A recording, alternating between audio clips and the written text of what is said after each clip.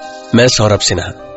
मेरी लखनऊ में जॉब लगी और वहीं अपनी कलीग रेनू से प्यार हो गया और शादी भी।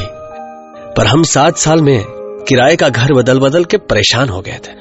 सो हमने लोन करा के एक सुंदर सा 2 बेडरूम हॉल का फ्लैट खरीद लिया। ये हमारे सपनों का घर था, जहां सब कुछ बहुत अच्छा था, सिवाय एक पगली के, जो सोसाइटी के एंट्रेंस पे हमेशा बैठी रहती थी। अरे तू यहाँ हो, यहाँ आवा न लाडो, हमार लाडो, हमारे पास आजा बिटिया। लाडो आजा, गोदी में आजा हमार। ए लाडो आना हमार पास। लाडो काहे अम्मा को सतावत है लाडो, आना बिटिया लाडो। वो हमेशा यही एक रट लगाए रहती थी।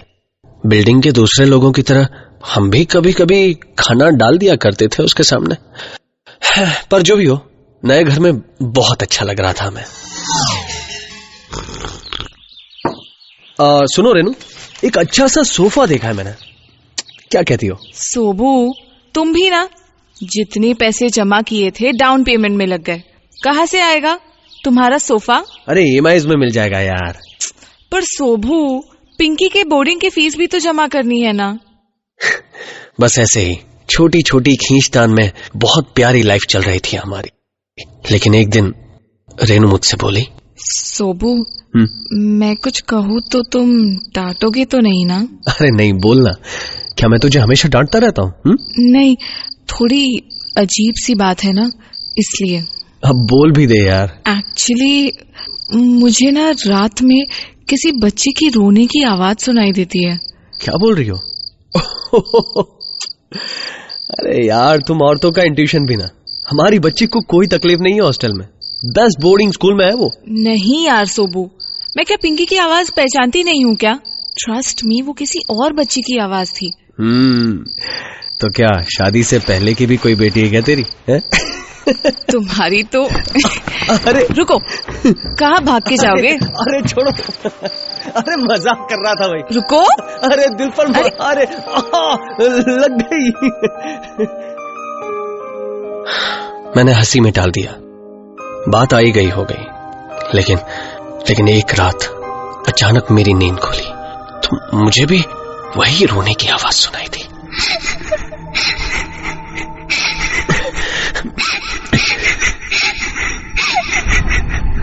मैं झटके से बिस्तर से उठ गया। मैंने रेनू को डिस्टर्ब नहीं किया, चुपचाप उठ के दरवाजा खोला और बाहर गैलरी में इधर उधर देखा।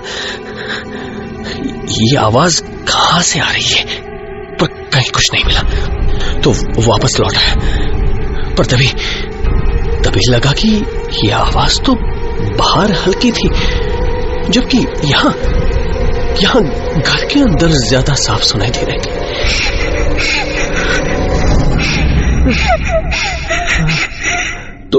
तो रेनू सही कह रही थी। मैंने अंदर जाकर रेनू को जगाया। रेनू उठो, रेनू। क्या सोबू, सोने दो ना, कल सुबह ऑफिस जाना है। रेनू देख, सुन, वही आवाज आ रही है। कौन सी? तुम्हें भी सुनाई दी? हाँ। यही तो मैं कह रही थी, कहाँ से आती होगी ये आवाज सोबू? तुम डरना मत। एक बात बताऊं? क्या? मैंने बाहर जाकर हर जगह देख लिया, पर ये आवाज शायद हमारे घर से ही आ रही है। नहीं, ऐसे मत बोलो सोबू। नहीं रेनू, मैंने कहा था ना, डरना मत। पर हमारे घर में ही क्यों सोबू? कौन है वो? क्या चाहती है? उस दिन तो कुछ देर में वो आवाज आनी बंद हो गई, पर एक रात जब हम डिनर कर रहे थे। ये क्या, और लो ना। नहीं यार, बस बहुत हो गया। अरे हाथ हटाओ। अरे बस बहुत हो गया, पेट भर चुका है। ये क्या हुआ सोबू? क्या हुआ? अरे बोलो ना, क्या हुआ? वो देखो वहाँ, जैसे जैसे कोई सोफे पे बैठा है। वो अभी आया। हाँ, लग रहा है जैसे कोई बच्चा लेटा हो। उस छोटी सी बच्ची के लेटने के निशान है उस पर। कौन है वो सोबू? अब तो हमारे घर में हमारे सामने घूमती है। मुझे नहीं रहना इस घर में। स्टॉप यार, कहाँ जाएंगे हम? और इस घर का क्या करेंगे? रेनू, हमारी हालत ऐसी नहीं है कि हम दूसरा घर किराए पे भी ले पाए। समझने की कोशिश करो रेनू। फिर एक संडे को मैं ऐसे ही बालकनी में बैठा हुआ था। सर्दियों की धूप अच्छी लग रही थी कि तभी शायद मुझे झपकी आ गई होगी, या पता नहीं, मेरी आंखों के सामने जैसे कोई बच्ची दिखी। सांवली सी, गंदी सी, बदन पे कोई कपड़े नहीं, सिर्फ कमर पे बंधे काले धागे में लटकता हुआ चांदी का छोटा सा घुंघरू।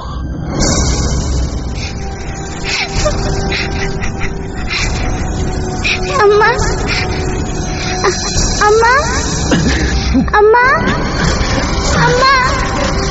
सोबू, क्या हुआ सोबू? सोबू क्या हुआ? कुछ नहीं, कुछ नहीं। तुम इतना हाफ क्यों रहे हो? और ये पसीना, तबीयत तो ठीक है ना? टेल मी सोबू। इट्स ओके, ऐसी कोई बात नहीं है।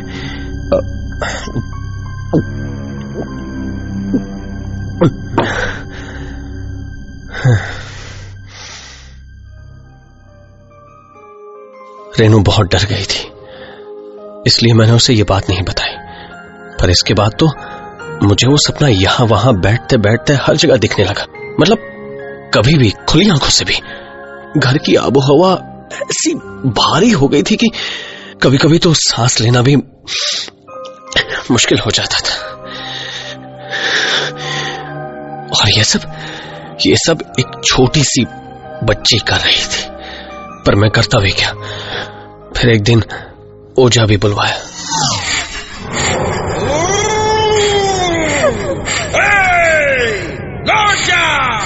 लौट जा इस घर से।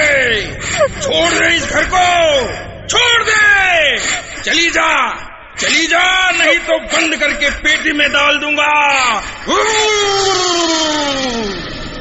पर कोई फायदा नहीं हुआ। 1-2 दिन की राहत, उसके बाद फिर वही सब शुरू हो गया। हार कर मैंने रेनू को कुछ दिन के लिए उसकी माँ के पास भेज दिया। फिर एक रात कुछ आवाज आई। मैं भागकर रूम से बाहर गया और आज मैं पहली बार उसे साफ साफ देख रहा था। और आज इस बार रोने की आवाज नहीं थी। वो बच्ची जैसे अपने छोटे छोटे पैरों से वो खुशी से मेरे घर से भागकर चली गई। अम्मा, अम्मा। मैं भी उठकर तेजी से बाहर की ओर लपका। पर मैंने बाहर जो देखा था वो देखकर यकीन नहीं हुआ। वो पगली औरत गैलरी के एक कोने में अपने हाथ फैलाए उस छोटी सी बच्ची को बुला रही थी। यहाँ आओ हमारी लाडो बिटिया, अम्मा के पास आओ। मेरी प्यारी बिटिया, लाडो बिटिया, आजा अम्मा के पास। मेरी प्यारी बिटिया। और वो बच्ची भागती हुई गई और उसकी गोद में समा गई। ये कोई सपना तो नहीं था। वो पगली एक जिंदा औरत उस बच्चे को गोद में कैसे उठा सकती थी? लाडो बिटिया, मेरी प्यारी बिटिया। और फिर वो सीढ़ियों से सीधी ऊपर चली गई। जाने क्यों, पर उस रात मुझे बहुत चैन की नींद आई। बहुत दिनों बाद मैं चैन से सोया। और जब मैं सुबह उठा तो नीचे से लोगों की आवाजें आ रही थी। मैं नीचे उतरा और उस भीड़ के बीच रास्ता बनाकर आगे बढ़ा तो सामने वो पगली औरत पड़ी थी, बिल्कुल शांत। क्यों भाई, ये कब और कैसे हुआ? सुबह निकला तो देखा यहाँ पड़ी हुई थी। रात में शायद ठंड में मर गई होगी। ये सब जो मैंने देखा था सुबह और रात को, उससे मेरा दिमाग चकरा गया था। पर शाम को मेरी पास की ही ए ब्लॉक की बिल्डिंग में एक बुजुर्ग से बात हुई। वो बहुत वक्त से वहां रहते थे। कौन थी ये पगली, जानते हैं आप? मजदूर थी। जब यहाँ काम चल रहा था सी, डी और ई ब्लॉक का, तो बहुत सारे बिलासपुरी लेबर काम कर रहे थे इस साइट पे। उन्हीं में से एक थी। इसकी एक छोटी सी बच्ची गड्ढे में गिर के मर गई थी। अरे कैसे हुआ था ये?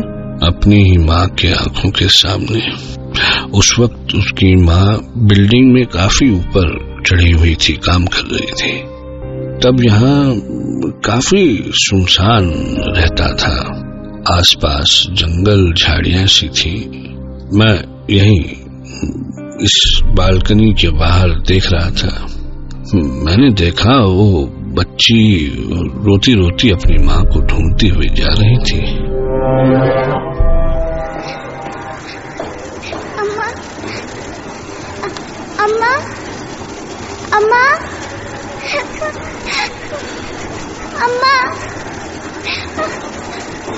अम्मा। तभी वो अचानक गड्ढे की ओर मुड़ गई। मैं चिल्लाया, अरे कोई है उधर? अरे वो बच्ची गिर जाएगी। पर दूसरी ओर चूंकि काम चल रहा था कंस्ट्रक्शन का, तो किसी को मेरी आवाज सुनाई भी नहीं दी। पता नहीं क्यों, पर वो एकदम से गड्ढे के पास आ गई।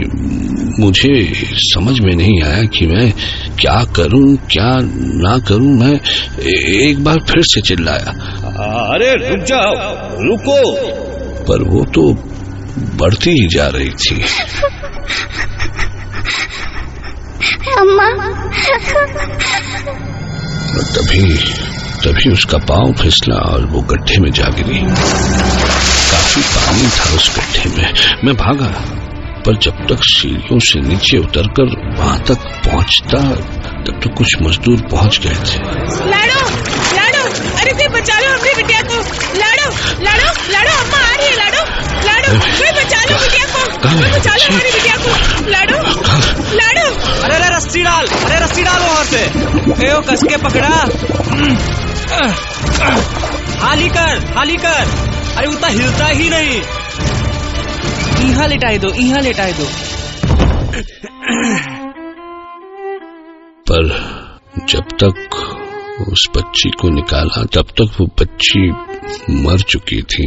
हाय रे लाडो, मेरी बिटिया, मेरी लाडो बिटिया, कोई नहीं बचाया उससे। लाडो बिटिया। और आखिरकार उस पगली को उसकी बच्ची लाडो मिल ही गई। पर सच मानिए, अभी भी ठीक से यकीन नहीं होता कि क्या वो सच था। ये सब सोच के ही हैरत होती है। एक मन कहता है कि इस पर यकीन करो और दूसरा इनकार कर देता है। पर सवाल है कि उस बच्ची की आत्मा सौरभ के ही घर में क्यों आई? वहां तो बहुत सारे फ्लैट्स थे, कई सारी फैमिलीज होंगी, कहीं भी जा सकती थी वो। तो क्या वो अपनी मुक्ति के लिए सौरभ से ही उम्मीद लगाकर बैठी थी? क्यों? कोई जवाब नहीं है। क्या वो सच था? क्या